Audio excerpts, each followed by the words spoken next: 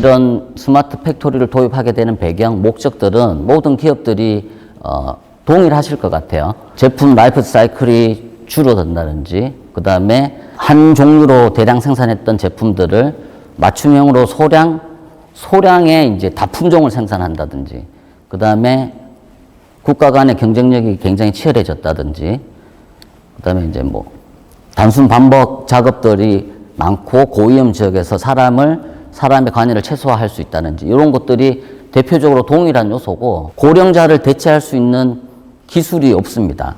그래서 그런 기술력을 확보하기 위한 스마트 팩토리가 꼭 필요하겠다, 이런 게 좀 강한 것 같고요. 처음에 이제 플래닝을 해야 됩니다. 첫 번째 단계에서는. 그걸 이제 저희가 마스터 플랜을 한다라고 하고, 그 다음에 마스터 플래닝 한 단계에서 그 다음 단계가 이제 각가지 현장에서 나오는 데이터를 들여다볼 수 있게끔 하는 센싱 단계라고 합니다. 센싱 단계. 그리고 세 번째는 그 각가지 데이터를 모아서 가공하고 변환하고 천천히 한 다음에 그거를 이제 분석하는 단계가 또 필요하죠. 분석을 해야지 어디에 어떻게 쓰여지는지를 아니까. 그런 분석의 단계가 있고, 마지막으로 이제 최종 단계가 분석한 데이터를 가지고 역으로 생산 현장을 제어하는 그런 컨트롤 단계라고 보시면 됩니다. 왼쪽에 스마트 MES라고 하는 게 기존에 저희가 알고 있는 공장에서 사용하는 제조 실행 시스템 MES라고 보시면 되는데, 데이터 플랫폼하고 연관되어 가지고 기존에는 볼 수 없던 실시간성으로 제조 공정의 데이터를 확인하고 모니터링하고 조치를 할 수 있게끔 바뀌었기 때문에 스마트한 MES라고 저희가 명칭을 하고 있습니다. 제품을 생산하는 진행 관리, 주문부터 해서 출하할 때까지, 그 다음에 품질 관리, 그 다음에 공정의 계획, 스케줄링, 작업 지시, 생산 관제, 이런 것들이 다 아래 화면처럼 클릭만 하시면 다 확인이 가능하고 조치를 할 수 있게끔 그렇게 구현되어 있는 게 이제 스마트 팩토리 향 시스템이다 라고 제가 말씀드릴 수 있겠습니다.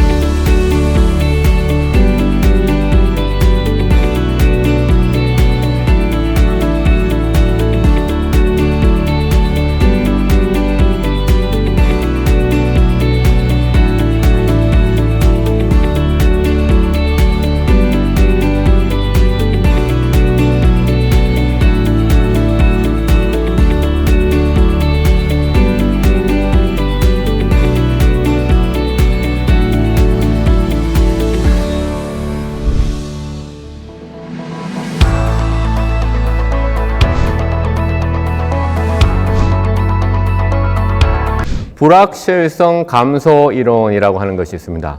이 불확실성 감소 이론이라고 하는 것이 무엇이냐 하면은 사람들이 그러니까 앞으로 장래에 미래에 어떠한 상황이 일어날지에 대해서 두려움을 많이 가지면 가질수록 정보 추구 행동이 강해진다라는 것이죠. 실비아 브라운이라고 하는 소위 이제 그 전문가라고 얘기하기는 좀 애매하고 어떤 뭐 이런 종교 지도자와 비슷한 그런 분이 이런 자기 신의 책에서 2020년이 되면 폐렴과 유사한 그런 질병이 전 세계에 퍼져서 결국은 그러니까 사람들이 큰 고통을 받게 될 것이다 라고 해서 이 책을 인용을 하면서 2020년 전염병이 예언됐다 이런 이야기들을 하는 경우도 많아요. 또 한편에서는 또 이렇게 얘기해요. 이걸 팩트 체크 해보니까 2020년에 이 책에서 보다시피 폐렴과 같은 그런 이야기를 했다는 것은 맞다.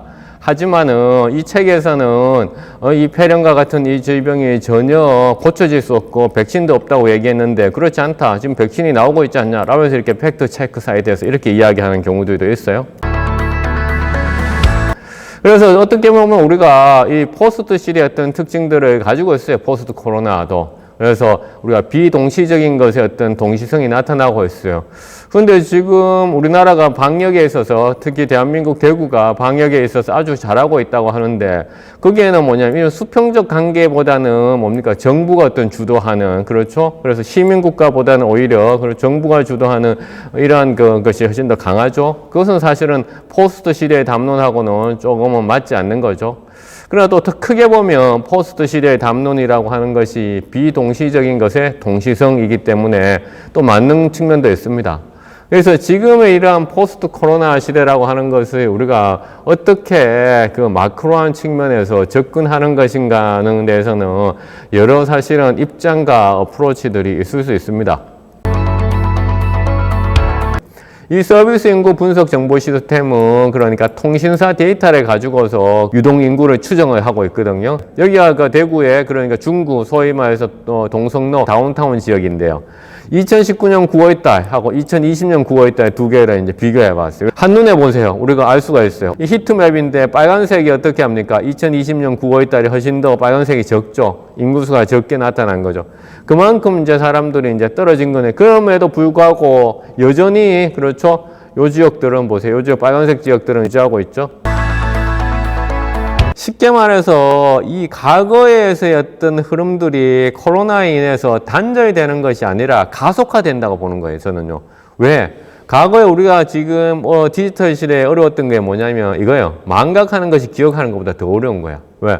내가 그렇죠. 내가 했던 흔적들을 지우고 싶은 때 그 지우기가 힘들잖아요. 잊혀질 권리를 또 주장하고 잊혀질 권리를 주장하니까 그것을 법률화 해가지고 그것을 대행해주는 서비스들이 생기는 거죠. 그래서 이런 디지털 족적을 오히려 기억하는 것보다는 망각하는 그런 회사들이 나오고 있잖아요. 그런 회사들이 소위 말하는 이런 플랫폼 회사들하고 같이 결부를 하면서 우리는 새로운 비즈니스를 또 만들고 있는데 확실성 비즈니스. 이 확실성 비즈니스가 바로 이런 거죠. 그러니까 이러한 사람들이 불확실한 상황에서 그냥 그래서 모든 것을 맡겨도 다 처리해 줄 수 있는 이런 서턴티 비즈니스가 오히려 활성화된다는 거죠.